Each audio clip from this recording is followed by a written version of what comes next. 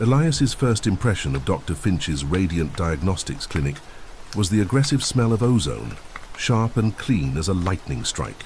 The second was the machine itself, a hulking beast of polished mahogany, brass fittings and a delicate glass Crookes tube that glowed with a sickening spectral green. He was to be a skyographer, a shadow photographer. His first subject was a society wife, draped in silks, complaining of a vague neurasthenia. The director, Dr. Finch, a man of immaculate tailoring and unnerving charisma, positioned her before the apparatus. When Elias threw the switch on the humming induction coil, the air grew frigid. A deep, bone-aching cold settled in the sealed room, a cold that had nothing to do with temperature. The crackle of high-voltage electricity felt less like science and more like a séance.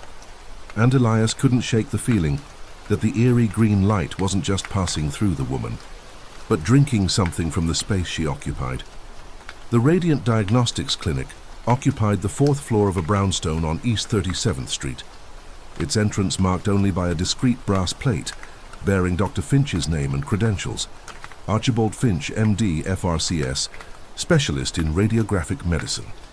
Elias Thorne had arrived at 7 a.m. for his first day of employment, his credentials as a photographer having secured him the position of assistant skyographer at a salary of $18 weekly, considerable compensation for work that Dr. Finch had described during the interview as delicate, demanding absolute precision, and requiring a constitution undisturbed by prolonged exposure to electrical apparatus. The clinic's waiting room displayed the restrained elegance expected of a medical practice catering to New York's wealthier citizens. Persian carpets muffled footsteps. Gas lamps with etched glass shades cast warm light across mahogany paneling. The receptionist, Miss Hartley, occupied a desk positioned to control access to the examination rooms beyond.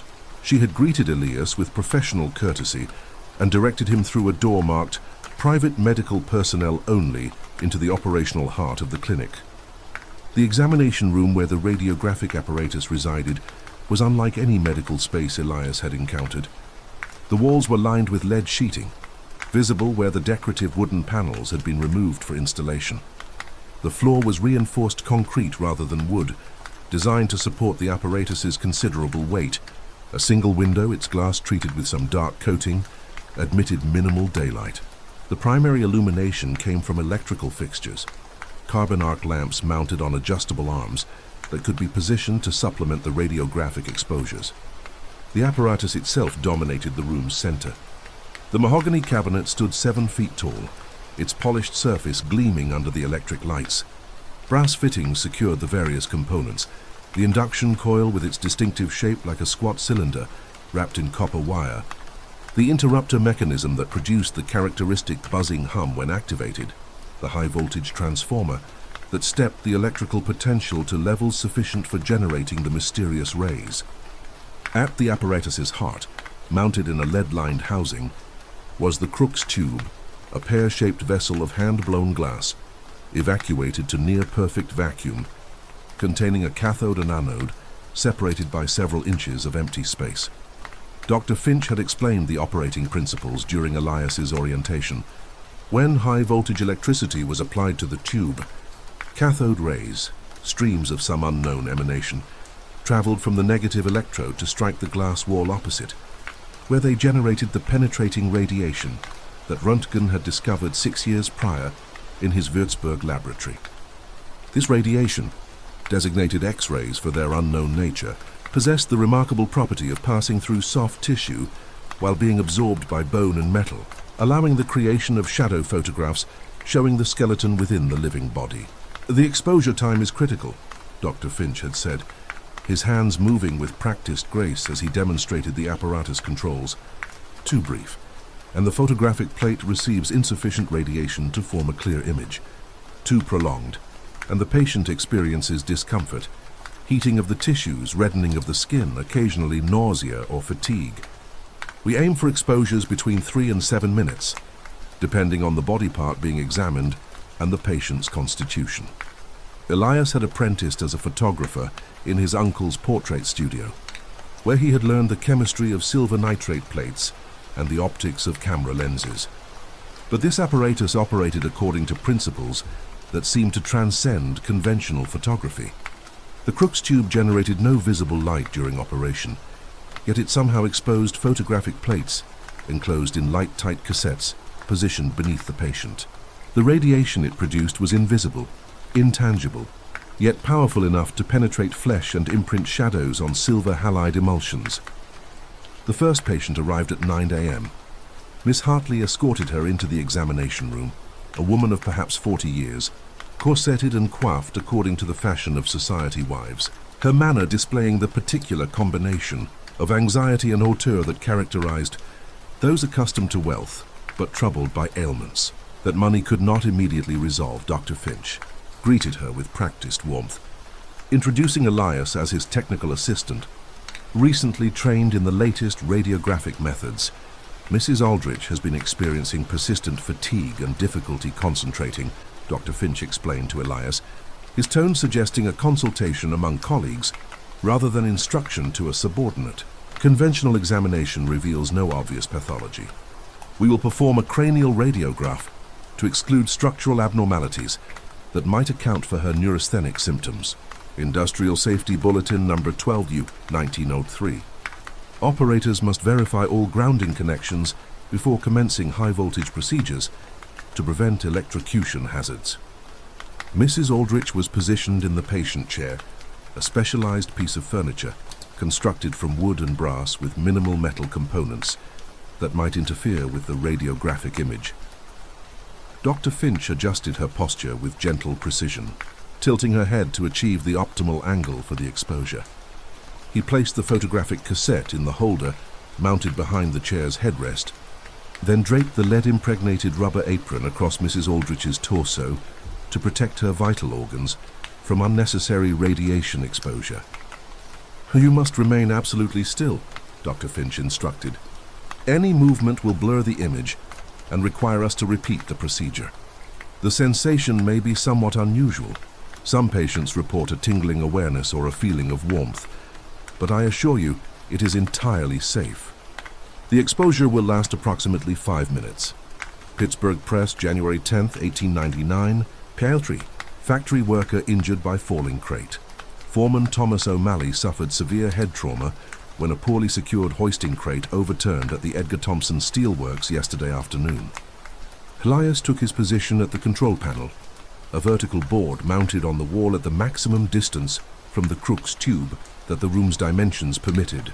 The panel housed the electrical switches, the rheostat for adjusting current flow, and the timer mechanism that would signal when the prescribed exposure duration had elapsed.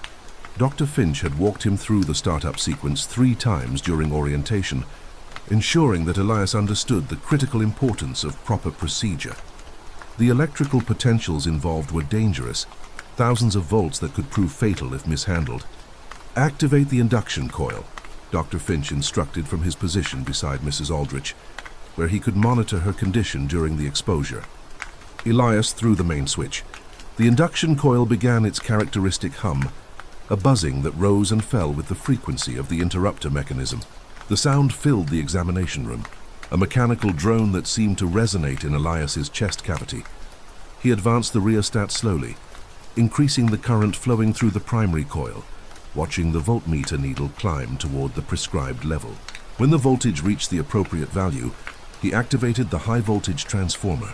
The Crookes tube came to life with a visible glow, not the expected fluorescence, but a sickly green luminescence that seemed to emanate from the glass itself, rather, than from the cathode rays striking the tube's interior surface. The light was dim but penetrating, casting shadows that appeared somehow wrong, their edges too sharp, their depths too absolute. The examination room's temperature dropped precipitously. Elias's breath misted before his face, despite the September warmth outside. The cold was not the ordinary chill of winter or the coolness of a cellar, but something fundamental, a bone-deep cold that seemed to leach warmth from his marrow. Journal of Electrotherapeutics, Volume 16, 1897, 582. Persistent exposure to high-frequency currents may induce a marked state of neuropathic exhaustion, manifesting as diminished sensory perception and delayed motor responses. thereby presenting as a critical operational irregularity. Mrs. Aldrich sat motionless in the patient chair, her face illuminated by the spectral green glow. Her expression had gone slack, the society veneer dissolving to reveal something beneath, not fear exactly, but a profound vacancy, as though her attention had been drawn towards some internal vista that commanded complete absorption. Dr. Finch watched her with clinical detachment, his hand resting lightly on her shoulder, monitoring her pulse through the fabric of her dress. The electrical apparatus crackled and hissed. Tiny sparks danced across the brass fittings. The ozone smell intensified until Elias's nostrils burned with it. The timer mechanism ticked with metronomic precision, counting down the prescribed 5 minutes. Elias found himself holding his breath, though whether from the acrid air or from some instinctive reluctance to inhale what the apparatus was producing, he could not say. The green glow seemed to pulse in rhythm with the induction coil's hum. And in those pulses, Elias perceived something that his photographer's eye recognized, but his rational mind rejected. The glow was not merely illuminating Mrs. Aldrich, but drinking her, extracting something from the space she occupied and feeding it into the apparatus's mysterious processes. The timer bell rang. Elias immediately threw the main switch, cutting power to the induction coil. The humming ceased. The green glow faded. The temperature in the examination room began to rise, though the residual chill lingered in Elias's bones. Mrs. Aldrich blinked slowly, her awareness returning gradually, like someone waking from deep sleep. Dr. Finch removed the lead apron and helped her from the patient chair with solicitous attention. "How do you feel?" Dr. Finch inquired. "Tired," Mrs. Aldrich said, her voice distant. "Quite tired and cold. I feel as though I've been walking in winter without adequate clothing." "A common reaction to the procedure," Dr. Finch assured her. "The sensation will pass within an hour. Miss Hartley will provide you with tea in the waiting room. The radiograph will require several hours to develop. I will send word when the results are available for consultation." Pittsburgh Press, November 2, 1902, Pharisee 1. Boiler explodes at steel mill. A catastrophic boiler failure at the Carnegie Steel Company's Homestead plant resulted in substantial property damage and severe injuries. Miss Hartley escorted Mrs. Aldrich from the examination room. Dr. Finch turned to Elias, his expression revealing nothing beyond professional satisfaction. "Remove the cassette and take it to the darkroom for development. Standard procedure, pyrogallol developer, 20 minutes at 68 degrees. When the plate is fixed and dried, bring it to my office for examination." Elias extracted the cassette from its holder behind the patient chair. The metal casing was cold, far colder than the examination room's temperature could account for. He carried it through the door marked "Darkroom No Admittance During Processing" and entered the light-sealed chamber where the chemical work of photography occurred. The darkroom's familiar smells, acetic acid, sodium thiosulfate, the sharp tang of silver nitrate, provided momentary comfort. A return to processes Elias understood from his years in his uncle's portrait studio. He developed the plate according to Dr. Finch's specifications, working by the glow of the ruby safelight that would not expose the radiographic emulsion. The image emerged gradually from the developer bath, the skull's distinctive outline, the jaw's curve, the teeth's regular arrangement. But something in the image disturbed Elias in ways he could not immediately articulate. The bone structures were present with the expected clarity, but the image possessed qualities that transcended mere shadow photography. There were patterns in the negative space, suggestions of structures that should not be visible, that should not exist. Journal of Röntgenology, Volume 5, 1909, P112, the anomalous thermal anomaly reported by skyagraphers in confined spaces suggests a previously unclassified systemic aberration in electromagnetic field dynamics. He completed the fixing process and hung the plate to dry, then returned to the examination room where Dr. Finch was preparing for the day's second patient. The schedule posted on the wall beside the control panel listed 8 appointments: cranial radiographs, chest examinations, skeletal surveys for suspected fractures. Each procedure would follow the same protocol Elias had just witnessed: patient positioning, protective draping, electrical activation, the 5-minute exposure accompanied by the green glow and the unnatural cold, and the sensation that something was being extracted and consumed by the apparatus's invisible operations. The exposure was satisfactory, Dr. Finch inquired. The plate is developing according to standard timing, Elias replied, the photographer's professional assessment emerging automatically. The image appears clear and properly exposed. Excellent. As you gain experience with the apparatus, you'll develop an intuition for the optimal exposure duration. Each patient requires individual adjustment based on tissue density, bone structure, and constitutional factors that affect radiation absorption. The art of skiograph lies not in mechanical adherence to prescribed timings, but in cultivating sensitivity to the subtle indicators that signal when sufficient radiation has passed through the subject to create a diagnostic image. The second patient arrived, a gentleman in his 60s, seeking examination of his chest following a persistent cough. Dr. Finch positioned him before the apparatus, adjusted the cassette placement, draped the protective apron. Elias took his position at the control panel. The sequence repeated. Switch activation, voltage increase, the appearance of the spectral green glow, the plummeting temperature, the patient's expression dissolving into that disturbing vacancy. The timer counted 5 minutes while Elias watched the green, light pulse and felt the cold penetrate his bones and tried to ignore the growing certainty that the apparatus was performing functions beyond those acknowledged in Dr. Finch's technical descriptions. By day's end, Elias had assisted with 8 radiographic procedures. 8 patients had sat before the apparatus and been exposed to the invisible radiation.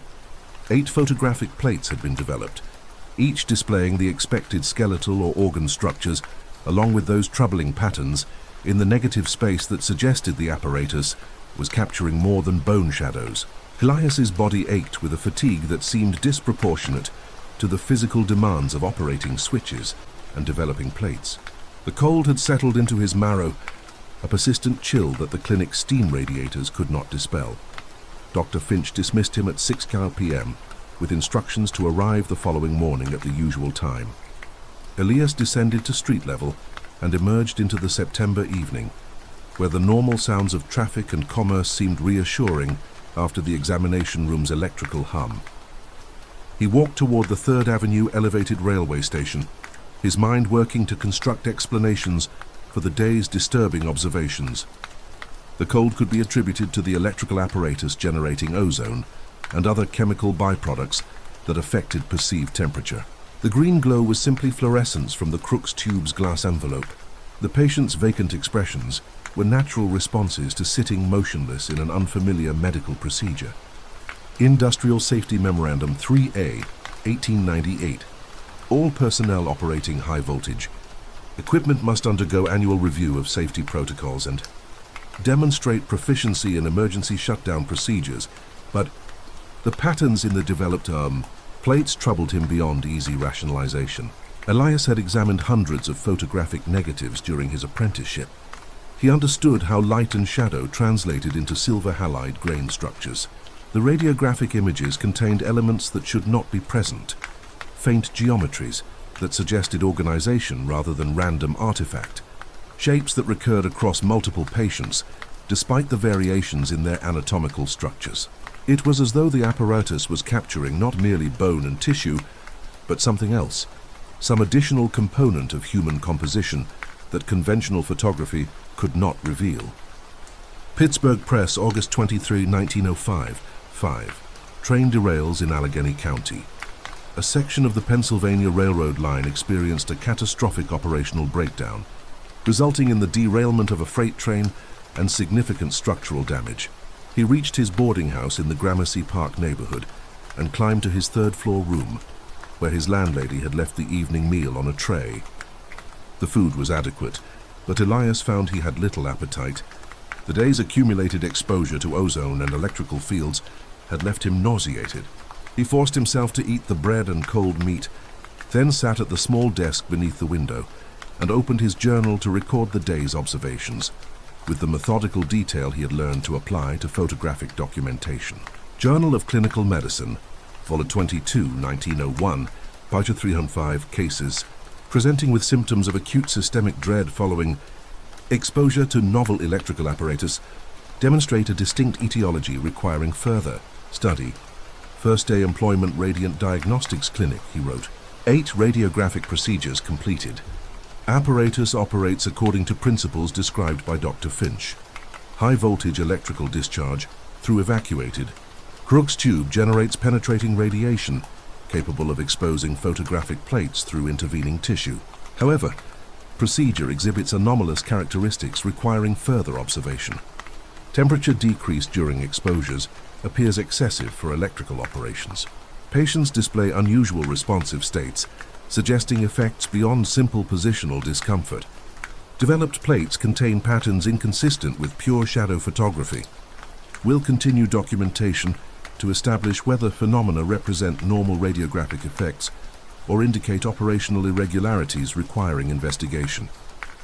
He closed the journal and prepared for bed, but sleep came reluctantly.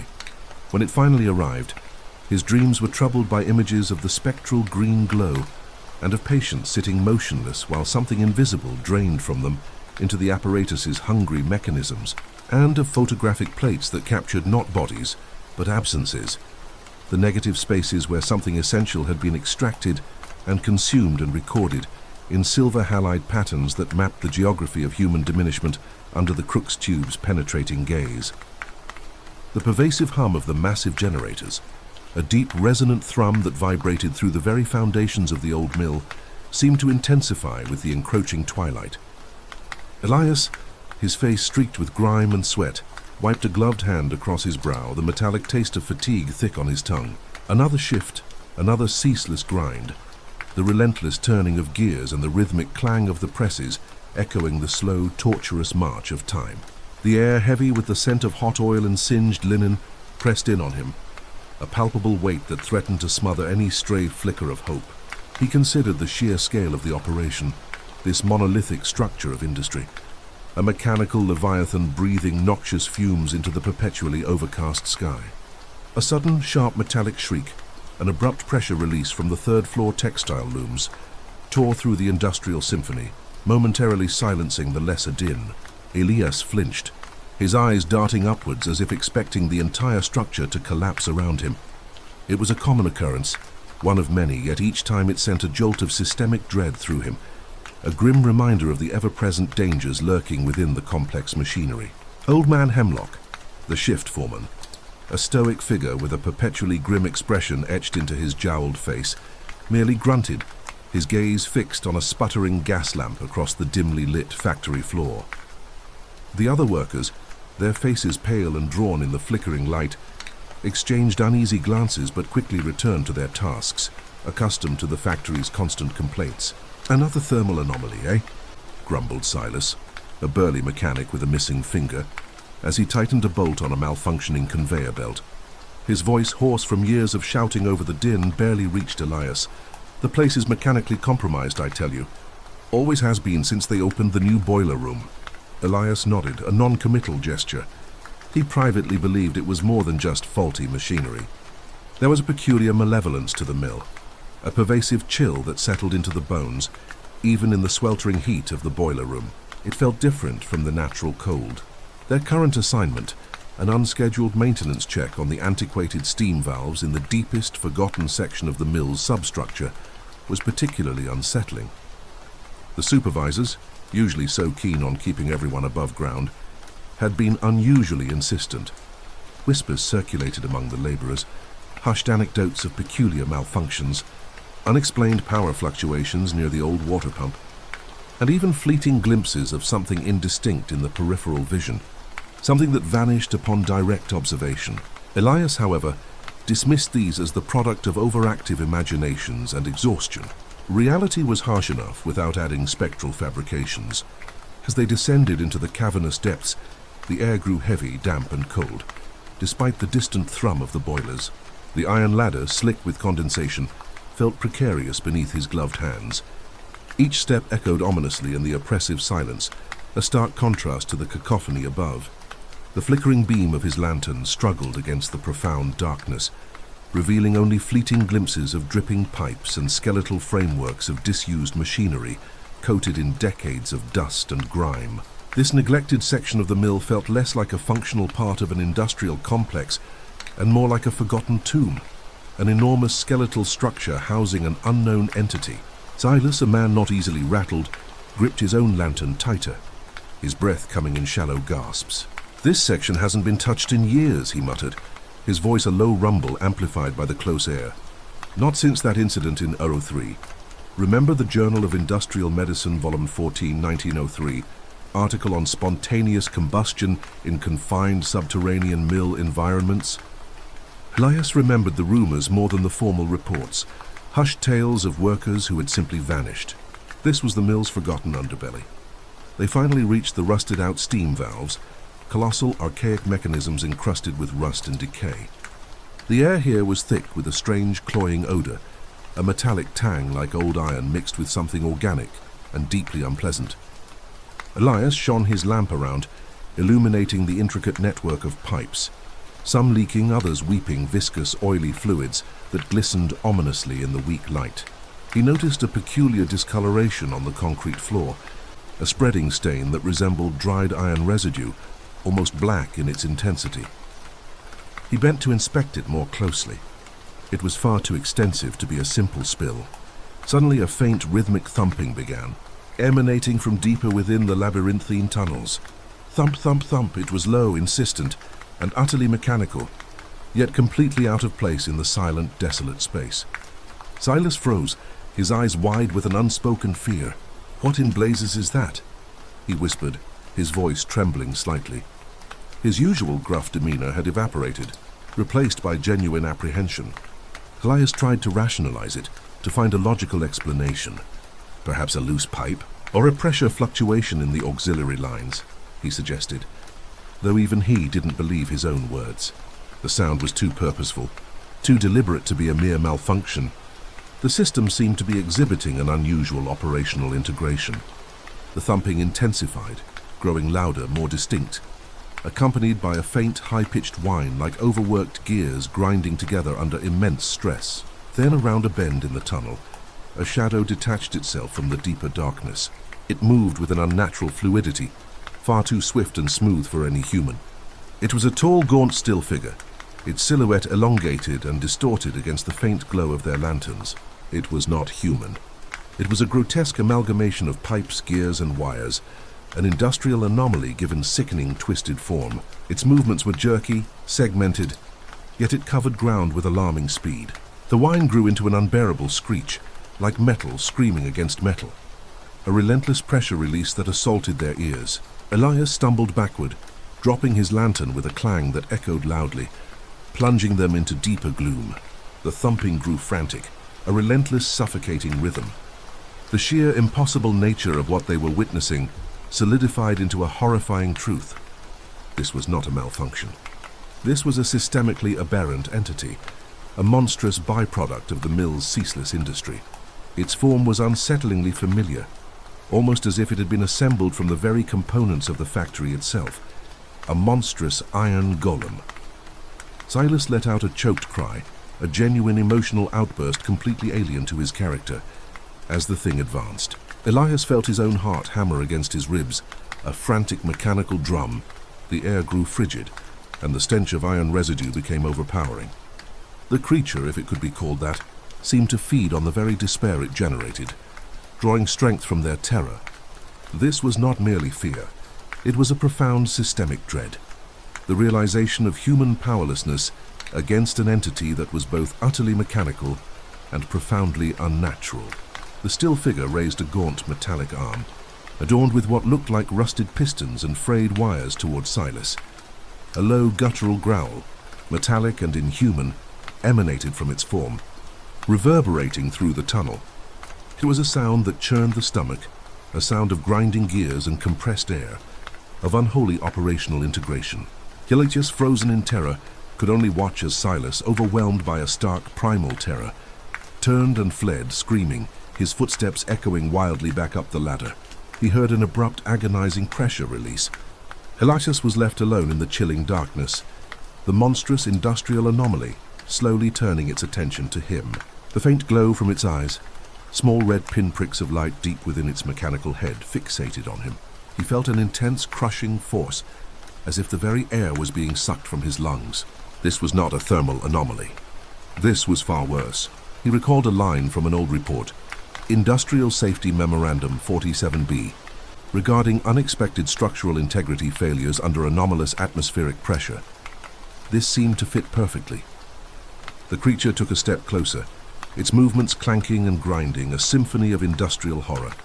Elias could see now, in the faint, flickering light of his fallen lantern, that its body was indeed composed of the refuse of the mill, twisted metal beams, segments of conveyor belts, interlocking gears, and fragments of pressure gauges. It was a macabre testament to the mill's destructive nature, a self-generated abomination, a living representation of systemic corruption. He fumbled for the heavy monkey wrench at his belt, his only defense. It felt pitifully inadequate against such a nightmare. The mill's perpetual drone felt magnified, a deafening roar that swallowed all other sounds. He thought of the newspaper accident reports. Pittsburgh Press, March 15, 1897.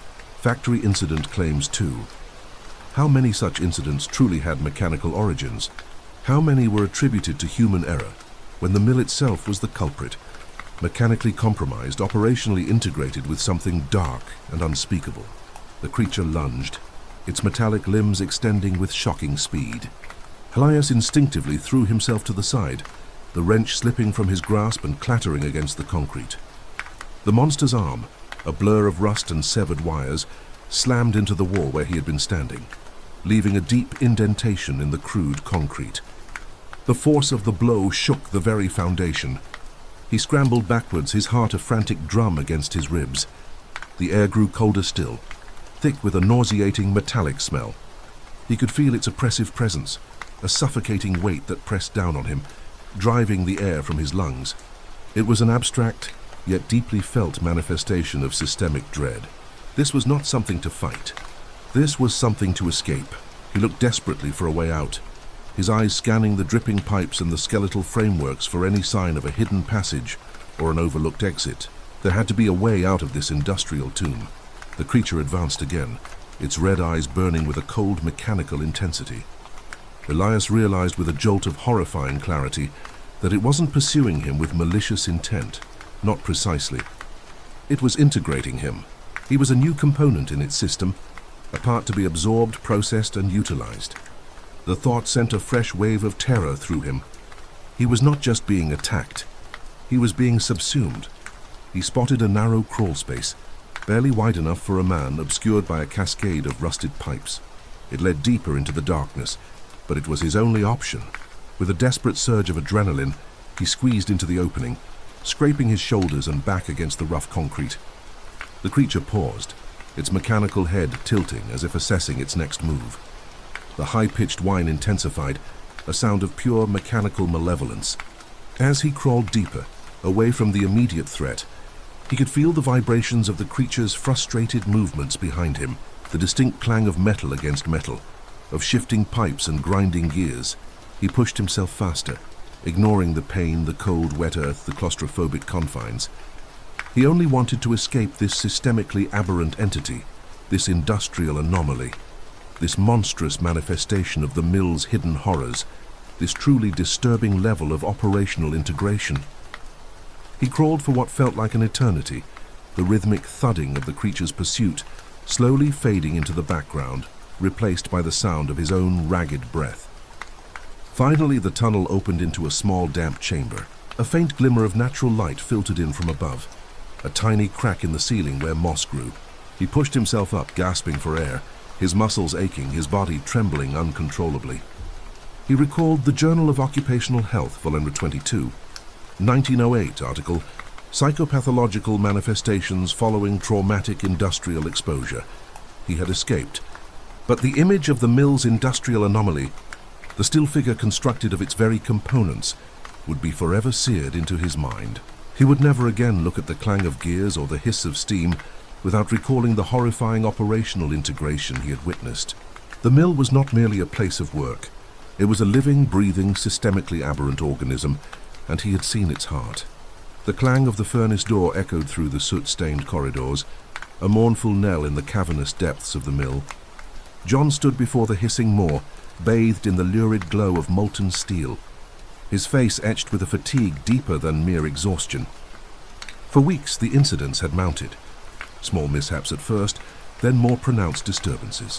Whispers circulated among the laborers, hushed tales of unseen forces, of a malevolence woven into the very fabric of the factory. John, a man of science and reason, dismissed them as superstitious nonsense, the product of overtaxed minds and the oppressive heat. Yet a cold dread had begun to seep into his own rational thought, an insidious erosion of his certainty. The previous night, old Thomas, a grizzled veteran of the rolling mills, had been found near press number 7, his eyes wide and vacant, a strange rhythmic clicking sound emanating from his throat. The company doctor, Dr. Albright, had diagnosed him with acute nervous prostration, an understandable ailment given the arduous conditions. But John had seen the fear in Thomas's eyes, a terror that went beyond mere physical strain. He'd seen the way Thomas pointed a trembling finger at the massive presses, as if blaming the machinery itself for his affliction.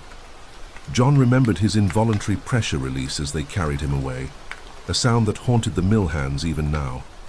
Pittsburgh Press, April 12, 1905. Mill accident investigation continues. Authorities are probing the recent string of mishaps at the Monongahela Steel Works, following another incident yesterday involving worker Thomas O'Malley. O'Malley, 58, was found in a state of extreme distress near the hydraulic press, exhibiting symptoms consistent with severe shock. Company officials maintain the incidents are isolated, citing inherent dangers of heavy industry. Critics, however, point to a pattern of unusual occurrences, suggesting systemic issues within the plant. The article, crumpled and grease-stained, had been found tucked into the pocket of a discarded work coat. John ran a hand through his sweat-soaked hair. The air was thick with the smell of coal smoke, hot metal and something else, something cloying and metallic like old coins left out in the rain. He walked over to press number 7, the behemoth responsible for shaping the raw steel. It stood silent now, its massive gears gleaming dully in the dim light. He ran a gloved hand along its cold, unforgiving surface, feeling a shiver that had nothing to do with the mill's temperature. This machine, once a symbol of progress, now felt like an ancient, slumbering leviathan. He remembered the shift foreman, Harrison, a practical man, describing a sensation akin to an unseen current flowing through the factory floor. Harrison had been a hardened skeptic, but even he had admitted to feeling an unexplained chill, a sudden drop in ambient temperature around the main foundry. John had dismissed it as a draft, but the foreman's voice had lacked its usual conviction. He had even heard Harrison muttering about a thermal anomaly near the blast furnace, a common, if unexplained, occurrence in the older sections of the facility. Industrial Safety Memorandum 11D, Protocols for Unexplained Operational Deviations. All personnel are reminded to report any unusual machine behavior, unwarranted power fluctuations, or inexplicable sensory perceptions immediately to line supervisors. Prompt documentation of such occurrences is crucial for maintaining systemic integrity and worker welfare. Failure to adhere to these reporting guidelines may result in operational complications. A faded copy of the bulletin was tacked carelessly to a support beam, its official tone a stark contrast to the whispered fear. The silence of the mill at this hour between shifts was more unsettling than the roar of its machinery. The rhythmic drip of condensation from the pipes, the distant creak of warping metal, each sound amplified, twisting into something sinister. John felt an irrational urge to check the gauges, to ensure all systems were functioning within prescribed parameters. It was a compulsion born of a growing anxiety, a need to impose order on a developing chaos. He was witnessing a gradual systemic degradation, and it chilled him to the bone. He walked past the deserted locker rooms, the air stagnant with the lingering scent of stale tobacco and spent exertion. A locker door swung open slightly, revealing a pair of well-worn work boots. He peered inside, a vague unease stirring within him. Had someone neglected to secure their belongings? Or was it simply a draft? No, the air was still. The incident reports kept piling up. Unexplained power surges, tools inexplicably misplaced, strange markings appearing on the factory walls, like an unreadable script.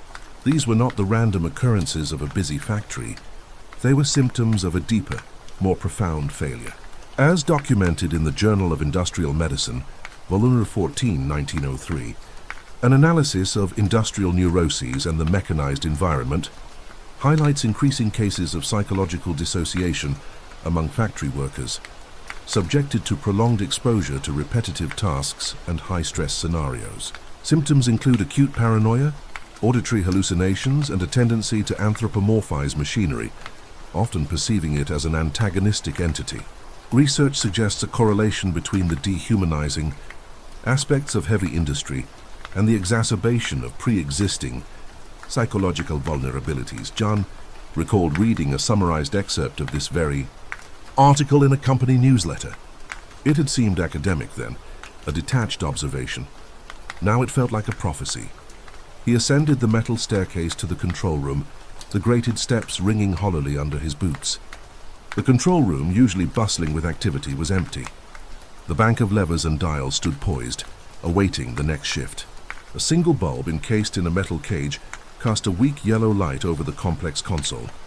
He noticed a slight tremor in the needle of the master pressure gauge, fluctuating erratically, despite the machinery being powered down. A mechanical malfunction, perhaps, or was it? The air grew perceptibly colder, despite the heat radiating from the dormant furnaces. John could feel the fine hairs on his arms rise. He rationalized it as a faulty ventilation system, a localized cold air pocket. But the insidious dread was tightening its grip. He began to feel an inexplicable sensation, as though the very structure of the mill was assessing him, its vast, interconnected systems observing his every move. He was not alone. The factory was operationally integrated. He descended to the lower levels, the subterranean heart of the mill where the massive power conduits hummed. The darkness here was absolute, broken only by the anemic glow of his lantern. The metallic smell was stronger, more pungent. He felt a constriction in his throat, a growing tightness in his chest. His breathing became shallow, ragged.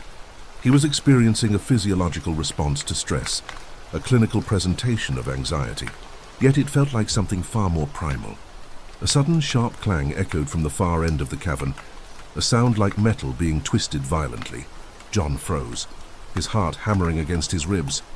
He gripped his lantern tighter, its beam trembling. "Hello?" he called out, his voice a shaky whisper swallowed by the immensity of the space. No reply, only the persistent hum of the conduits. He advanced cautiously, his boots crunching on loose gravel. The clang repeated, closer this time, followed by a low grinding sound as if immense gears were turning without lubrication. Industrial Safety Bulletin 29G. Emergency shutdown procedures. In the event of inexplicable machine activation or anomalous operational noise, all personnel are instructed to immediately initiate emergency shutdown protocols and evacuate the immediate area. Under no circumstances should individual workers attempt to manually override system anomalies or investigate without a certified safety engineer present. Prioritize personnel safety above all equipment. This bulletin, far from reassuring, now sounded like a dire warning. He reached a section where massive pipes, thick as tree trunks, snaked across the floor and up the walls. The air here was even colder, and he could see his breath. The metallic tang was overwhelming, almost suffocating. He shone his lantern, its beam cutting through the gloom. There on a corroded pipe, glistening under the light, was a viscous dark fluid. Iron residue. It dripped slowly, steadily, pooling on the grimy floor. His mind, still clinging to rationality, searched for an explanation. A burst pipe? A leak in the hydraulic system? But the pipes were dry above it, and the flow was too consistent, too fresh. He followed the trail of iron residue, his dread escalating with every step. The grinding sound grew louder, more insistent, a repetitive mechanical groan that seemed to emanate from the very walls. The feeling of being watched intensified, an oppressive weight pressing down on him. He stumbled, catching himself on a cold, greasy beam. His pulse raced. His thoughts became disjointed, fragments of logic struggling against an encroaching, systemic fear. The trail led him to a narrow alcove, shrouded in deepest shadow. The stench of iron residue was now almost unbearable, mixed with something else, something fetid and organic. He raised his lantern. The beam pierced the darkness, revealing a sight that made him recoil, a guttural pressure release escaping his lips. There, slumped against a massive support pillar, was a still figure. Its clothes were shredded, its body contorted at an unnatural angle. A pool of fresh iron residue spread around it, staining the concrete a horrifying crimson.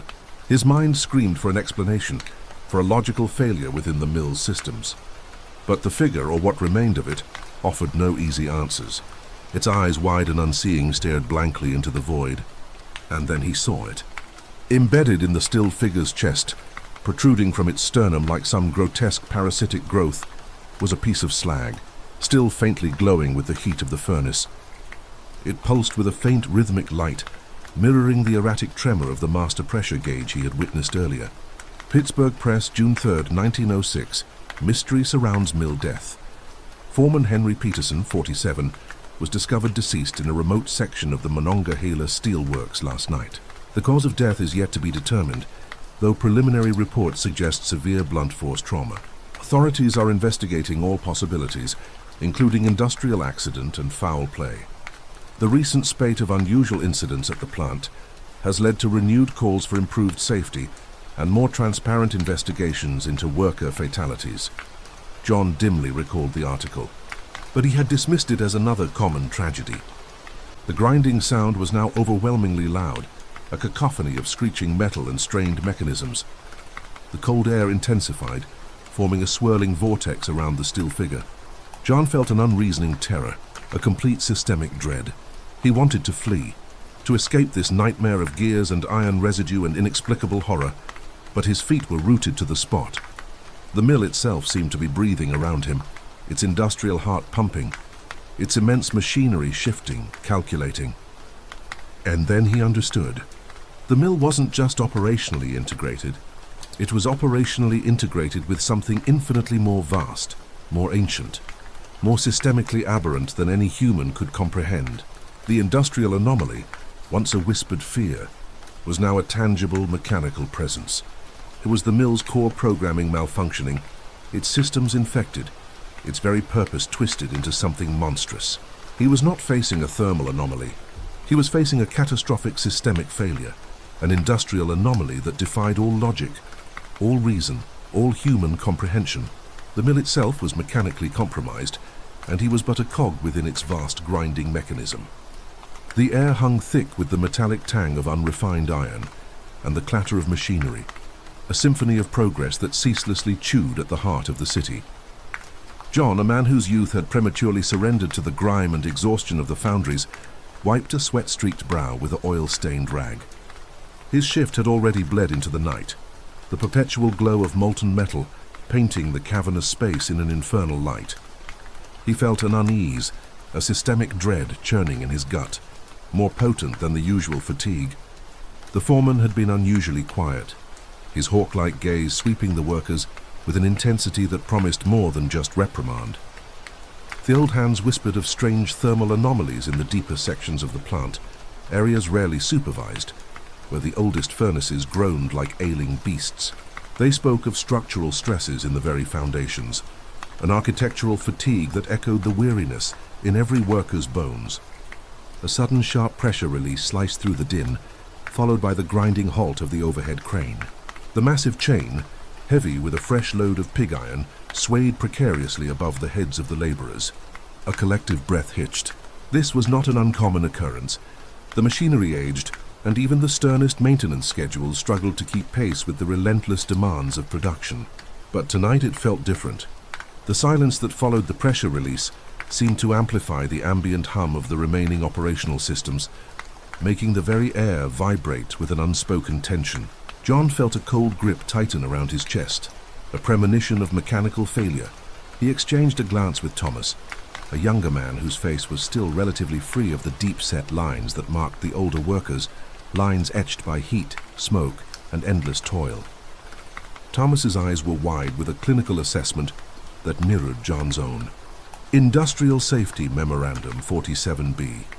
Regarding steam pressure protocols and equipment integrity, boomed a voice, amplified by a crude horn belonging to Chief Superintendent Thorne. He stood on a raised platform, a stern figure silhouetted against the furnace's glare. All components must be within operational parameters. Deviations are strictly prohibited. His words, though meant to reassure, only deepened the systemic dread. The crane operator, a grizzled veteran named Miller, was frantically pulling levers, his face a mask of frustration. The load remained suspended, a heavy pendulum of potential disaster. The air grew heavier, thick with unseen pressures. Later that night, as John meticulously cleaned a crucible, the metallic smell of pure iron residue clinging to his clothes, a frantic whistle pierced the foundry's roar. He looked up, his heart pounding a frantic rhythm against his ribs. Over by Furnace 7, a section notoriously susceptible to operational anomalies, a group of workers had gathered, their faces ashen. A still figure lay partially obscured by a fallen beam, its outline disturbing in its unnatural stillness. The supervisor, a man named Davies, was waving his arms, his voice a strained whisper against the industrial clamor. "Hold the line. Prevent further systemic compromise." John pushed his way through the stunned onlookers. The air around the still figure was unnaturally cold, a localized thermal anomaly that prickled his skin despite the foundry's heat. No one dared touch the individual. Davies, his face pale, struggled to articulate what had happened. He spoke of a sudden, brutal tremor, a structural integrity breach that had brought masonry and steel crashing down. He spoke nervously of a flicker of movement, a swift, shadowy form before the accident. The official report would, of course, cite equipment failure or worker negligence, but the deep-seated fear in Davies' eyes spoke of something more systemically aberrant. Pittsburgh Press, April 12, 1899. Foundry fatality shocks city.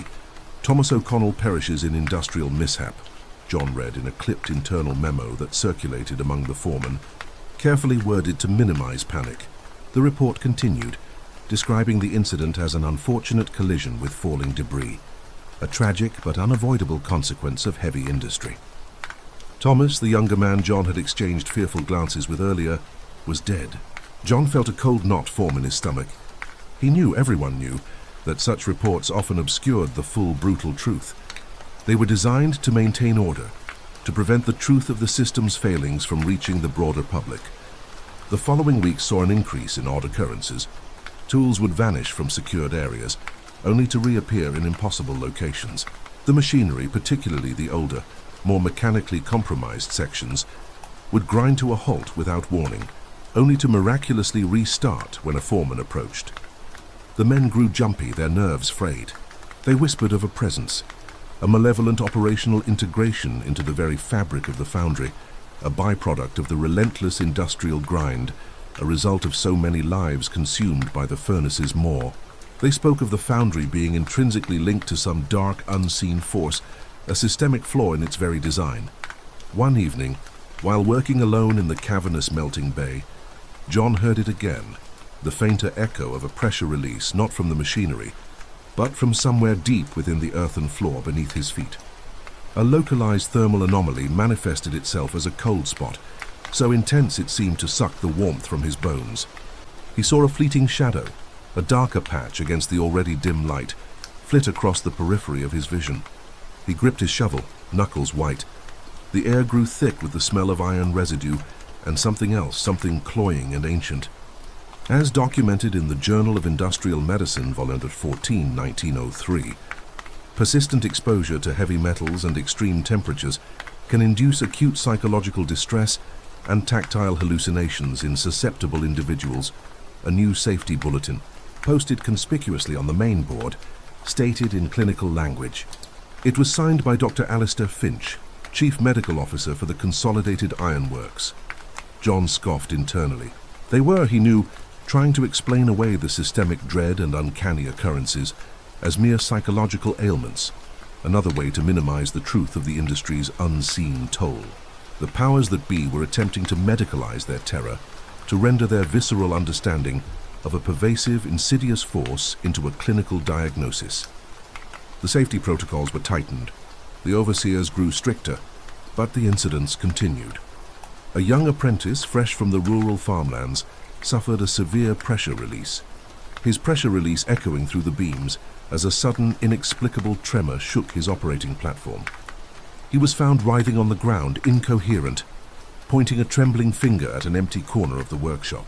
The official report said, acute stress-induced syncope, a neatly packaged lie. The boy was sent to the company infirmary, never to return to the furnace's glare. The systemic dread, however, remained. John began to notice patterns. The operational anomalies seemed to peak during the shifts when the older, more mechanically compromised equipment was in use, especially the massive stamping press in Section D. This was the same section where Thomas had met his end. John started spending his breaks in the company archives, poring over old blueprints and production logs, seeking some systemic explanation for the creeping terror. He sought the truth beyond the carefully curated official narrative, the hidden flaws in the grand machinery of industry. He discovered that the foundry was built atop the ruins of an older mine, a site notorious for a series of unexplained collapses and worker disappearances decades prior. He found cryptic notations in the dusty ledgers, references to unforeseen ground instability and anomalous subterranean pressures. There were even mentions of a peculiar ore, unearthed from the deepest shafts, an ore described as unstable and possessing unusual magnetic properties. It was a local mineral, deeply embedded in the very earth that supported their colossal industrial structure. Industrial Safety Bulletin 12C. Precautions regarding anomalous subterranean pressures and structural integrity. A faded, yellow document from 1888 warned of potential disruptions during deep excavation. It spoke of a localized thermal anomaly and unusual magnetic flux in the deeper levels. John felt a chill. The systemic anomaly pervaded not just the machinery, but the very earth beneath their feet, a subtle but unrelenting force. The very ground they toiled upon was operationally integrated with something ancient and malign. One particularly grueling shift, the air thick with smoke and the metallic scent of iron residue, the massive stamping press began to malfunction. Its rhythmic thud grew erratic, then began to accelerate independently, producing a terrifying, cacophonous symphony of uncontrolled force. Workmen scrambled, attempting to engage the emergency shutdown, but the levers failed to respond. The press, a colossal machine designed to shape metal, now seemed intent on deforming itself, its components groaning under impossible strain. Then, through the deafening roar of the runaway machine, John heard it. A series of low, guttural sounds like stones grinding against each other, emanating from deep within the press's internal workings. A distinct thermal anomaly manifested around the massive pistons, the metal glowing with an unnatural internal heat, unrelated to the forging process. He saw movement within the churning gears, not the mechanical whir of cogs, but something more fluid, more organic. He saw a shimmering, translucent form, an industrial anomaly, intertwining itself with the machine's mechanics, a truly systemically aberrant integration. Pittsburgh Press, July 23, 1905. Unprecedented industrial catastrophe at Consolidated Iron Works. Stamping press explodes, read another internal report, carefully sanitized, of course. It spoke of a catastrophic mechanical failure and unpredictable material fatigue. 3 men had been crushed, 2 more severely injured. Their remains were found mangled, indistinguishable from the mangled steel, their iron residue mingling with hydraulic oil. John knew it was more than just a mechanical failure. He saw the systemic anomaly, an unseen entity thriving on the power and despair of the industrial age, an unseen industrial anomaly operationally integrated into their lives. The horror wasn't in the accidents themselves, he realized. It was in the insidious, overwhelming force that orchestrated them, a pervasive industrial anomaly that fed upon their efforts. He saw the still figures of the victims, almost melted into the mangled machinery, their features lost to the crushing force. The sight solidified John's understanding. This was not mere misfortune nor simple mechanical oversight. This was a systemically aberrant entity, a pervasive industrial anomaly, nurtured by human suffering and the relentless, unforgiving machinery they served. The foundry wasn't just machinery and men. It was a hungry, living thing, operationally integrated with a localized thermal anomaly of immense, terrible power. The very air, thick with iron residue, hummed with its malevolent energy. He knew he had to find a way to sever the connection, to break the systemic integration, or be consumed by the industrial anomaly that lay at the heart of their progress. The systemic dread had become a palpable, monstrous reality, a pervasive flaw in the very foundations of their modern world. He knew the truth, and the truth was a systemic dread far more terrifying than any isolated accident. The industrial anomaly was real, and it was watching him. The cold night air bit at Elias's exposed skin, carrying with it the metallic tang of the Pittsburgh steel mills and the faint, acrid smell of burning coal. Below, the city sprawled like a wounded, glowing beast, its industrial heart pulsing with an unholy rhythm. Elias clutched his worn overcoat tighter, his gaze fixed on the grim edifice of the Blackwood Asylum, a structure that seemed to drink the moonlight rather than reflect it.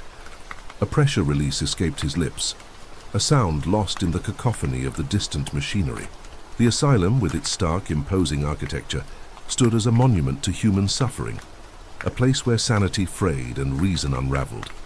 He had been called here by a cryptic telegram, its words terse and disturbing, hinting at a systemic breakdown within the institution's secure confines. Dr. Albright, a man whose face was a roadmap of perpetual worry lines, met Elias at the heavy oak doors. His eyes, though weary, held a glint of professional curiosity, mingled with an almost palpable dread.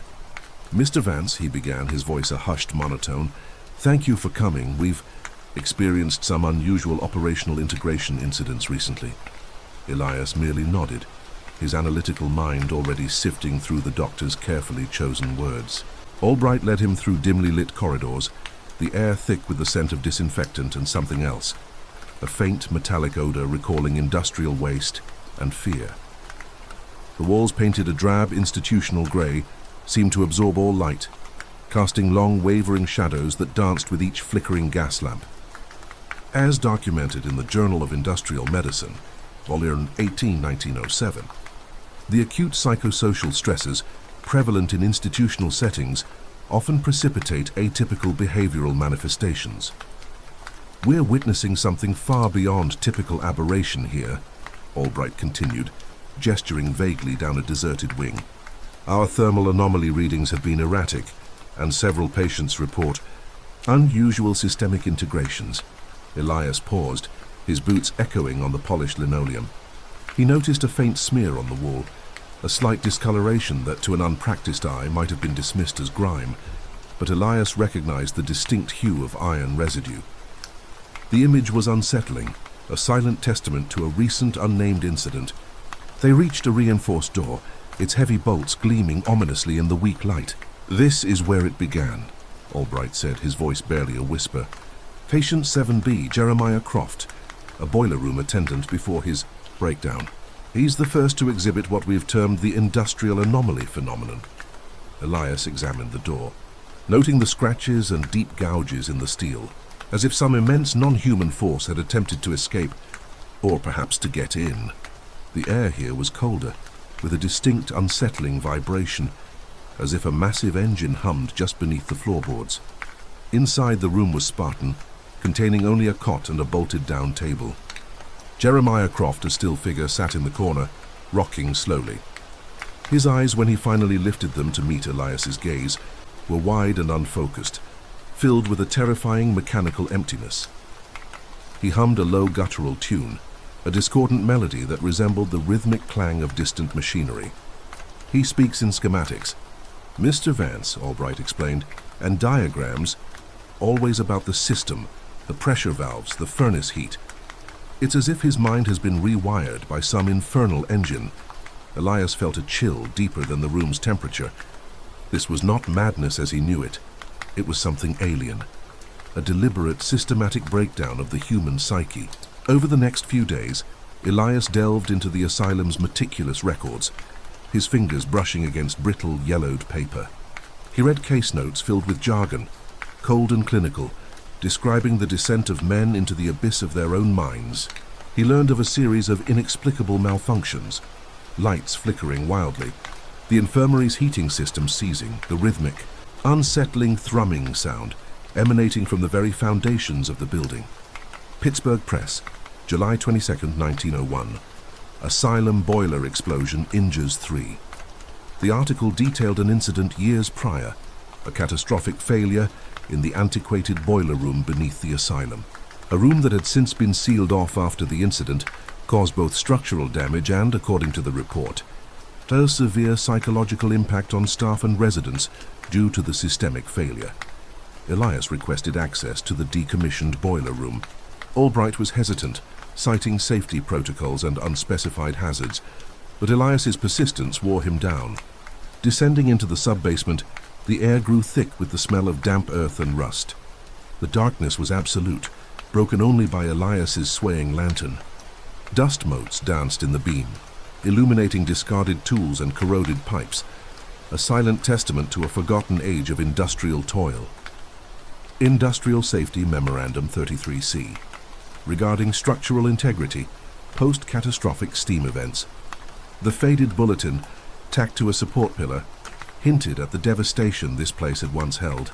He found it in the furthest corner, a rusted massive boiler, its intricate network of pipes resembling skeletal limbs. One section had ruptured, a gaping maw of twisted metal. It was here, in this industrial crypt, that Elias felt the distinct, disquieting hum, a low vibration that ran through the very bones of the building, a mechanical pulse in the heart of its desolation. This was the source of the thermal anomaly readings, he realized, but it was more than just heat. It was an energy, a resonance that echoed the suffering within the asylum's walls. The air grew heavy, almost viscous, and a sensation of profound pressure release built within his chest, a systemic dread far outweighing any personal fear. He re-examined the files, cross-referencing patient records with construction blueprints. Jeremiah Croft, the still figure, had been one of the boiler room engineers on duty the night of the explosion. Another patient, a former construction worker named Thomas Miller, institutionalized after reporting whispers from the grates, had helped lay the foundations. The pattern emerged, stark and terrible. All the patients who exhibited the industrial anomaly phenomenon were connected to the building's infrastructure, to its construction or its operational systems. It wasn't supernatural terminology. It was a deeply ingrained structural haunting. The building itself was manifesting a mechanical compromise of the human mind, an operationally integrated systemic breakdown. Elias theorized that the boiler room incident, a catastrophic output failure, had released not merely steam, but a form of energetic resonance, a deep trauma that had infused itself into the very fabric of the building, infecting those susceptible to its systemic dread. This was no thermal anomaly. It was an industrial anomaly, a persistent echo of the system's violent failure. The iron residue he'd seen was not blood, but the metallic imprint of lives twisted and broken by industrial hazard, by the sheer, unyielding force of machine upon man. The patients were not operationally integrated. They were operationally integrated into a malfunctioning system. He presented his findings to Albright, speaking in a calm, measured tone, framing his conclusions in the language of engineering and psychiatry. "The asylum is not mechanically compromised, Doctor," Elias explained, "but by a profound mechanical compromise, an echo of industrial trauma. The thermal anomalies are residual energy. The industrial anomalies in our patients are systemic integrations, a reflection of the catastrophic failure imprinted into the very structure." Albright listened, his face a complex mixture of skepticism and dawning horror. Pittsburgh Press, April 1st, 1904. Asylum worker overwhelmed by grim machine spirits. The report detailed a janitor's descent into madness, claiming the building itself was operationally integrated by demons of the deep earth. Elias proposed a drastic solution, a complete overhaul of the building's foundations, a thorough cleansing of the sub-basement, a methodical dismantling of the compromised sections, and a re-evaluation of all input systems.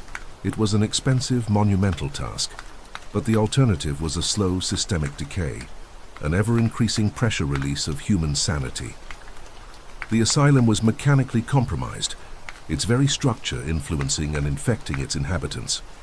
The systemically aberrant, they perceived, was not a moral failing, but a systemically aberrant operational collapse. The process of deintegration was slow and arduous. Elias oversaw the project personally, descending into the belly of the building, directing workmen in the painstaking removal of the compromised materials. As sections of the old boiler were finally dismantled, piece by rusted piece, a palpable shift occurred. The constant low hum subsided. The thermal anomaly readings normalized. The patients, though still deeply disturbed, began to show subtle signs of improvement, their blank stares slowly gaining a flicker of recognition. Jeremiah Croft, the still figure, still rocked, but his mechanical humming softened into a sorrowful sigh. Elias left the Blackwood Asylum months later, the acrid industrial smells and the pressure release no longer clinging to his clothes. The city still sprawled below, its furnaces still burning, its mills still churning, but the malevolent hum that had permeated the asylum was gone. He understood now that terror was not always a spectre in the shadows, but often the silent, grinding gears of a failing system, the systemic dread of human powerlessness against institutional machinery, a terrifying operational reality. The true horror was the cold, indifferent logic of industry, weaving its tendrils into the very essence of human experience, twisting and compromising the mind until it became entirely operationally integrated into the machine. His work was done, but the memory of the industrial anomaly, a man-made horror, would remain etched in his mind, a testament to the fact that even without ghosts, true terror could still be found in the subtle, systemic failings of human endeavor. The grimy brickwork of the old foundry pulsed with an unnatural rhythm, a low thrum that vibrated through the very soles of his worn boots. John, stooped from years of inhaling coal dust and fear, knew the place was mechanically compromised. Every night after the last shift clanged out, a deep chill descended, colder than any winter blast off the Monongahela. The men called it cursed, a sentiment John understood deeply. There had been too many incidents, too many sudden disappearances, too many men operationally integrated into the machinery itself. The foreman, a man whose face was etched with a permanent scowl, dismissed their pleas. Superstitious nonsense, he'd bark. Just fatigue and poor lighting. But John had seen things, fleeting shadows stretching impossibly long in the flickering lamplight, heard faint pressure releases echoing from empty departments. One such incident, widely publicized, was detailed in the Pittsburgh Press. May 12, 1905, mill accident claims steelworker. The report described a young lad, barely 18, consumed by the voracious mill. His name was Thomas O'Malley, and he had been assigned to the new blooming mill extension, a contraption of gears and rollers designed to increase output by 20%. Witnesses described a sudden violent lurch, then the pressure release. The official report cited operator error, but John knew better. Thomas had been a cautious worker, meticulous to a fault. The men whispered of a hungry mill, a machine with an insatiable appetite. Such occurrences were not isolated. Industrial Safety Memorandum 32D, Proper Guarding of Moving Parts, issued June 1902, detailed the acceptable protective measures for machinery of this type. Yet these guidelines seemed purely theoretical within the confines of the Allegheny foundry. The sense of systemic dread grew with each passing week. Her shift supervisor, Mr. Henderson, once a robust individual, began to waste away, his eyes hollowed, his once jovial demeanor replaced by a constant, nervous twitch. He reported hearing whispers from the ventilation shafts, a low, guttural murmur he couldn't quite decipher. Management prescribed him tonics, suggesting neurasthenia brought on by overwork. As documented in the Journal of Industrial Medicine, Volume 18, 1908, studies on industrial fatigue and its psychological manifestations were beginning to gain traction. Yet the deeper, more unsettling truth of the foundry remained unaddressed. Henderson eventually vanished, leaving behind only his cap and a note scrawled on a production order. It wants more. The official explanation was abandonment of post, a convenient bureaucratic euphemism. John's own experience was less dramatic, but equally unsettling. He worked the night shift in the casting shop, a cavernous space where molten metal flowed like angry rivers. The heat was infernal, the fumes suffocating. One night, while overseeing a pour, he saw it, a still figure, flickering at the periphery of his vision, standing beside the crucible. It was transparent, indistinct, yet undeniably present. He blinked and it was gone. He later checked the logbooks for the previous shift. No one was assigned to that station. The following day, a fault developed in the crucible, a hairline crack that threatened to burst, leading to a catastrophic failure. He reported it, and the repair crew, grumbling, fixed it. Just a temperature flux, the foreman declared, even as the crew chief looked at John with knowing eyes. The foundry, he realized, was not just old, but operationally integrated with something else, something systemically aberrant. The pattern of peculiar equipment malfunctions became increasingly common. Gears seized without explanation, conveyor belts ran backward, and furnaces unexpectedly flared, sending sparks showering like malevolent stars. The engineers, highly trained men with degrees from Carnegie Tech, were baffled. Their schematics offered no answers. Their diagnostic equipment registered no discernible faults. Their reports often concluded with phrases such as unexplained mechanical, irregularities, or anomalous energy surges. It underscored the human powerlessness against an institutional machinery that was behaving outside of its programmed parameters. These anomalies, John understood, were the industrial anomalies. One particularly harrowing incident occurred during the night shift in the stamping department. A massive hydraulic press designed for heavy-duty work began to act erratically. Its powerful jaws clamped down with no operator input, crushing raw steel sheets into misshapen ruins. The pressure release was deafening, a sound of pure mechanical anguish. Workers scattered, their faces pale with terror. The machine, they swore, was moving on its own. The Pittsburgh Press, August 3, 1910. Hydraulic press malfunction crushes raw materials. Detailed the inexplicable event, citing millions in damages and a temporary shutdown of the line. The article, however, avoided direct mention of the fear among the workforce, framing it as a purely technical failure. The foreman, Mr. Abernathy, a man who once boasted of his unshakable nerves, began to develop a persistent cough. He claimed it was the dust, but John saw the fear in his eyes, a fear that mirrored his own. Abernathy stopped walking alone through the foundry after dark. He started carrying a heavy wrench, not for repairs, but for something else, something he couldn't name. He told John about the sudden, inexplicable drops in temperature in his office, even when the heating system was at full blast. This thermal anomaly, he described, was always accompanied by a faint metallic scent like old iron residue. Such phenomena were well outside typical industrial parameters, yet they were dismissed by the brass as minor environmental fluctuations. John noticed similar thermal anomalies near the old blast furnace, a behemoth of riveted steel that had been dormant for decades. No one went near it.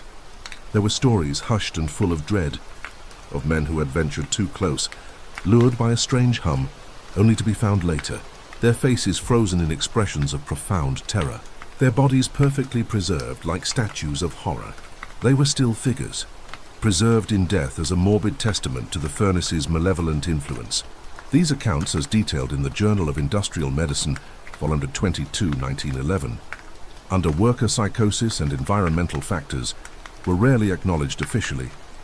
They were relegated to the realm of worker folklore, dismissed as unverified anecdotal evidence by the company. The company's response to these escalating incidents was predictably bureaucratic. Industrial Safety Bulletin 18A, Increased Vigilance and Reporting Protocols, issued October 1912, mandated more stringent reporting procedures for equipment failures and employee injuries. It stated that all anomalous occurrences were to be documented thoroughly, yet the forms provided were barely adequate to capture the true nature of what was happening. Engineers from the main office conducted inspections, their clipboards and calipers providing a false sense of security. They would measure, analyze, and then issue reports concluding with suggestions for more rigorous maintenance schedules or improved lubrication. They couldn't comprehend the deeper, systemically aberrant nature of the foundry. One new hire, a young man from the countryside named Arthur, lasted only a week. He worked on the assembly line, tightening bolts on newly cast components. On his final night, John saw him, his face ashen, looking toward the furthest, darkest corner of the vast facility. Arthur claimed he saw the thermal anomaly, a shimmering disturbance in the air, coalesce into a still figure. It approached him, he said, its movements jerky, mechanical, like a malfunctioning automaton. The pressure release that followed was not Arthur's own, not entirely. It was a guttural, inhuman sound that seemed to arise from the very floorboards. Arthur was found later, catatonic, muttering about the iron residue that stained his hands, though there was no cut, no injury on his person. He was committed to the Allegheny Asylum, diagnosed with acute industrial-induced psychosis. Despite the engineer's assurances and the company's new bulletins, the facility continued its peculiar operations.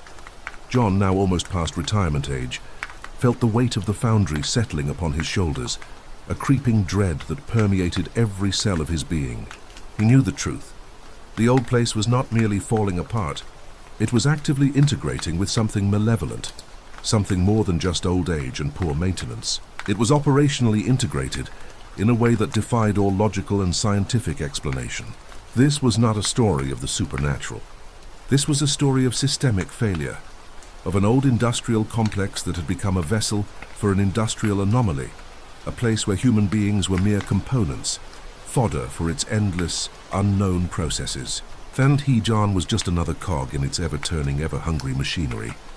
He knew with a certainty colder than any Pittsburgh winter that the foundry would eventually claim him too, not with a pressure release, but with a quiet, efficient assimilation into its systemically aberrant heart. The air in the foundry hung thick, a palpable entity composed of coal dust, the acrid stench of molten iron, and the sweat of men condemned to its tireless rhythm.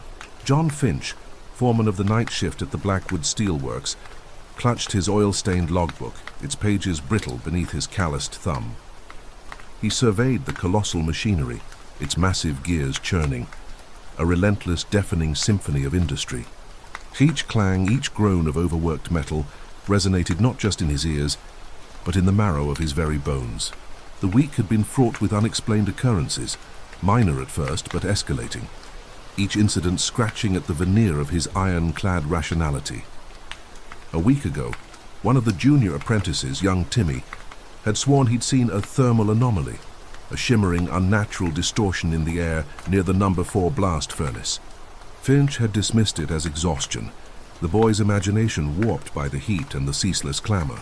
Yet Timmy had been found hours later, huddled in the supply room, trembling, muttering about something operationally integrated with the furnace, its intent systemically aberrant. Finch had sent him home with a stern warning, attributing his hysteria to a pressure release brought on by stress. He noted it in the incident ledger as employee fatigue manifestation. 2 nights later, during an inspection of the cooling chambers, Finch himself had felt it. A profound chill, cutting through the foundry's oppressive heat, a sense of being observed by something not of flesh and blood. The lamps had flickered, their flames dimming for an instant, then flaring back to life with violent intensity. He'd shaken it off, attributing it to a draft, a faulty electrical conduit, perhaps a subconscious fear playing tricks. Yet the memory clung to him like the grime of the foundry itself, an unwelcome, persistent thought. Now a more unsettling pattern emerged. Tools misplaced, then found in impossible locations. Latches unfastened, the low guttural hum of machinery persisting even when powered down. The crew grew visibly agitated, murmuring about the mill being mechanically compromised, its very structure infused with an unseen, malevolent presence. Finch, a pragmatist to his core, had pushed harder, demanding longer hours, stricter adherence to protocol. He believed these anomalies, as he now reluctantly termed them, were nothing more than a series of unfortunate accidents, perhaps sabotaged by disgruntled workers. He'd even, in a moment of cynical humor, considered reporting it to the plant manager as a systemic operational inefficiency. He stopped beside old Silas, the gaffer, a man whose life had been consumed by the rhythm of the mill. Silas wiped a bead of sweat from his brow, his eyes, rheumy with age, fixed on a conveyor belt. "Something ain't right, John," he rasped, his voice a gravelly whisper against the industrial din. "Feels like the place is breathing, sighing like," Finch grunted, consulting his logbook. "Nonsense, Silas. It's the steam pipes groaning. The old gal's just feeling her age." He flipped to a clean page, the faint odor of sulfur rising from the paper. He needed to document these observations meticulously. Perhaps a detailed report outlining unforeseen mechanical stresses would appease the corporate office. After all, a careful accounting of all systemic failures was paramount. As if on cue, a sudden piercing pressure release ripped through the foundry. Not human, not mechanical, but something raw and impossibly loud. Every man froze, their faces etched with a primal terror that Finch recognized for a moment, in his own reflection caught in the polished steel of a nearby girder. It was a pressure release, but from where? And from what? The sound subsided, leaving an eerie silence that felt heavier than the clamor it replaced. Then the rhythmic clanging of the steam hammers began again, but with a horrifying irregularity, striking at random intervals, echoing like a broken, infernal heartbeat. Finch snapped orders, his voice reverberating through the vast space. "Silas, check the pressure gauges on number 3. O'Malley inspect the hydraulic lines. He moved with a practiced urgency, his mind scrambling for a scientific, logical explanation. This wasn't mystical, it was a systemic breakdown. There had to be a measurable cause. He reached the main control panel, his hands shaking slightly as he flipped switches, trying to restore order to the chaotic rhythm of the plant. A red light, previously unnoticed, blinked rapidly on the panel. A warning for Sector Delta, the oldest part of the foundry, rarely used anymore, its machinery mostly decommissioned. Finch felt a cold dread creep up his spine. He remembered the reports from the 1890s, whispered tales of that section. The old-timers spoke of men vanishing, strange metal residue found in unexpected places. As documented in the Journal of Industrial Medicine, Volume 14, 1903. Cases of unexplained occupational hazards leading to worker dissolution are to be thoroughly investigated and attributed to material fatigue or operator negligence. He had dismissed these as old wives, tales, the ramblings of men warped by the dust and the danger. He knew he had to investigate. He grabbed a lantern, its flickering light casting monstrous shadows on the cavernous walls. "Stay on alert," he shouted to the bewildered crew. "Report any further mechanical inconsistencies immediately." Sector Delta was a place of rusted iron and forgotten dreams.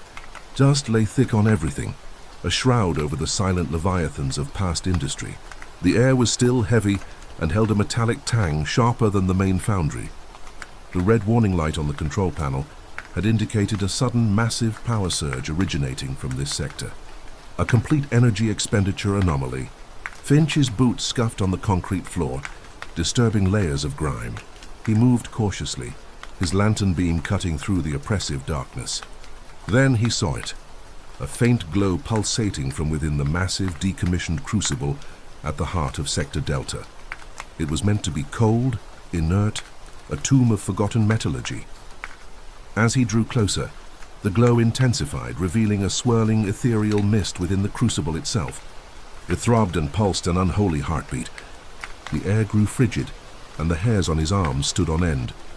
He felt a profound sense of foreboding, a systemic dread far beyond personal fear. This wasn't a draft. This wasn't faulty wiring. He stood before the crucible, his breath clouding in the cold air. The mist thickened, coalescing into a diffuse humanoid shape. It was not a thermal anomaly, he now realized, but a complex interacting system of particulate matter and atmospheric disturbance. He felt a chilling presence, an intelligence cold and calculating. It was an industrial anomaly, a self-sustaining entity born of metal, fire, and the countless lives consumed by this place. Its form shifted like eddying smoke, then solidified, revealing what appeared to be the still figure of a man, integrated into the crucible's very structure. His mind screamed for a rational explanation. Subdural hematoma from a blow to the head, hallucinations brought on by carbon monoxide poisoning. Yet his trained eye recognized the impossible. The figure glowed, a low malevolent crimson, and its eyes, though indistinct, burned with an unholy light. It was mechanically compromised, yet utterly functional. He heard a low guttural hum emanating from the integrated still figure, a sound that vibrated not just in the air, but in his very bones. It was a language, he realized, but not of human tongues, a language of grinding gears and molten slag, of tortured metal and shattered dreams. A systemic complaint. Finch stumbled back, knocking over a stack of rusted pipes with a clatter. The sound echoed through the desolate sector, swallowed by the oppressive silence that followed. The industrial anomaly in the crucible seemed to turn its luminous gaze towards him, its very essence exuding a calculated, objective malice. Its presence solidified, becoming denser, more defined, a visible pressure point within the space. His heart hammered against his ribs, a frantic drumbeat of terror. He understood now. This mill wasn't just old, it was operationally integrated. The countless accidents, the lives lost, the sheer unrelenting force poured into its creation had forged something else, something beyond comprehension, a systemic aberration. This was the entity Silas had spoken of, the breathing factory. He remembered a frayed bulletin tucked away in the foreman's office, a chilling artifact from a bygone era, Industrial Safety Memorandum 47B, regarding a series of inexplicable incidents in ferrous metal processing plants. Personnel are advised to report all atmospheric pressure release events and spectral energy variances immediately.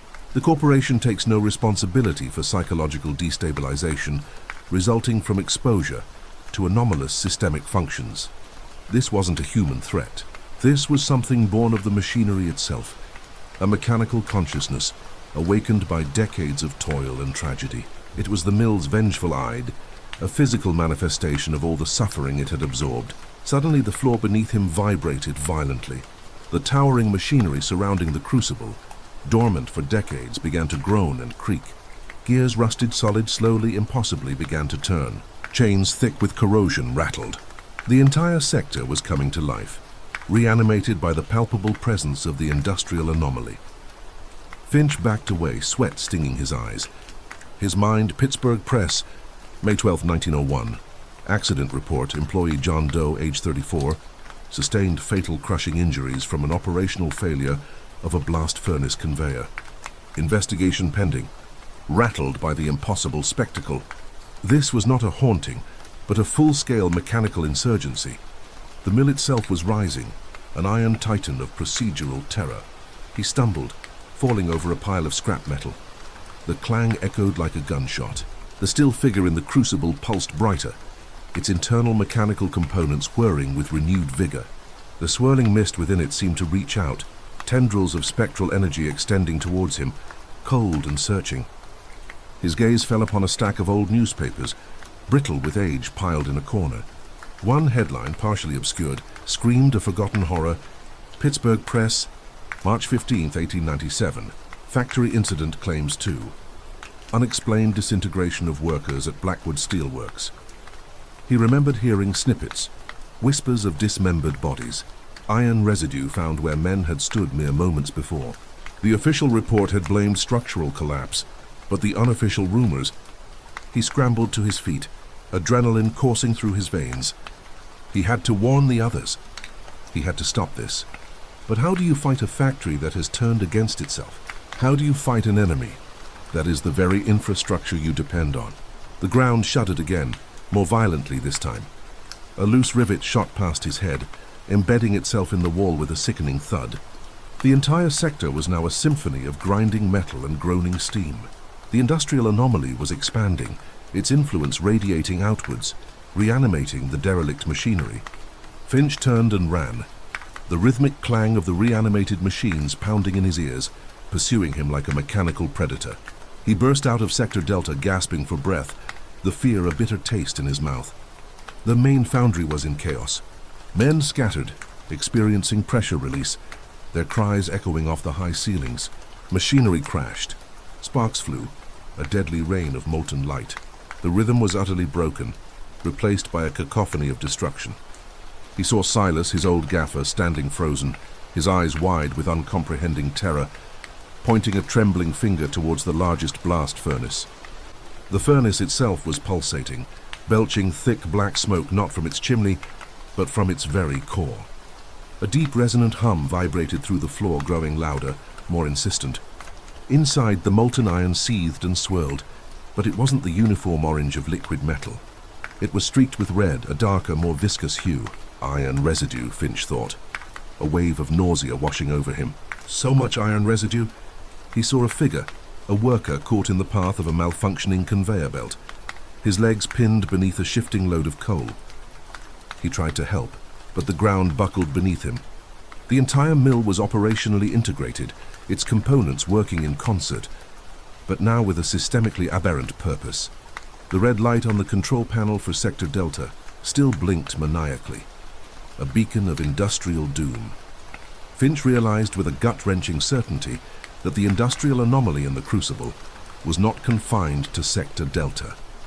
It was the heart of the entire Blackwood Steel Works, an insidious infection that had spread through every pipe, every girder, every rivet. The mill was mechanized. He knew then that his reports, his logbooks, his meticulous accounting of unforeseen mechanical stresses and systemic operational inefficiencies were utterly meaningless. He had documented the symptoms, but failed to grasp the terrifying nature of the disease. This wasn't a problem to be solved with engineering or management. This was an entity that had awakened within the very fabric of industry, an industrial anomaly born of steel and sweat, of relentless toil and forgotten lives.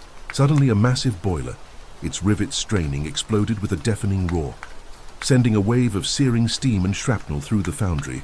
Men fell, their pressure release stifled by the blast.